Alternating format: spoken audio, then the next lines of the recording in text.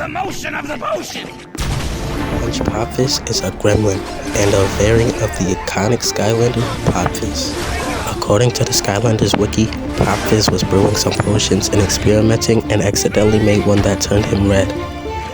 Fun fact that I learned from Soda Blair is that if you put Love Potion Popfizz on a portal from any game that was before Trap Team, it'll load in as Punch Popfizz.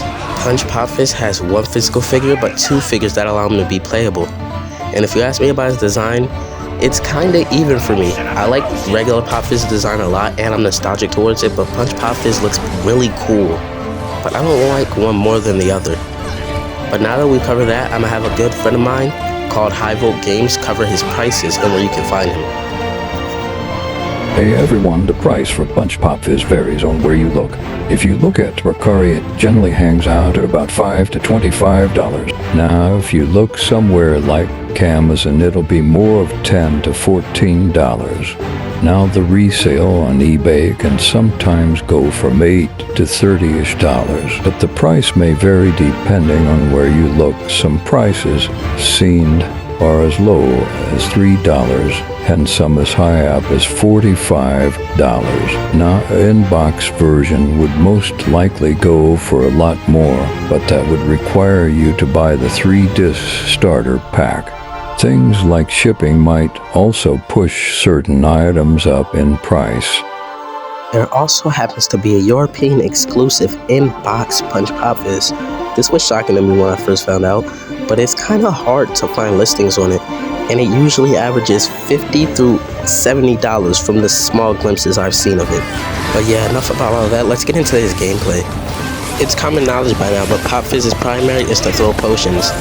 Later on upgrades, he begins to get the ability to switch these potions, and another upgrade later on is him being able to drink these potions, and depending on which one you switch to, it gives him a different special ability.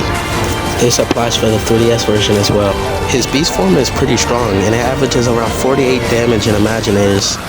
His potions do just a tiny bit less than that, but it's still fun to switch, and worth it. His potions consist of explosive, acid, and ones that summon minions.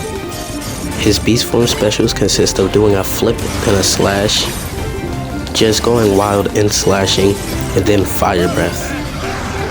Another thing about his primary is if you go very close to an enemy and then press the button, it'll slam the potion down instead of throwing it. This helps a lot with his movement and makes him feel a bit more satisfying.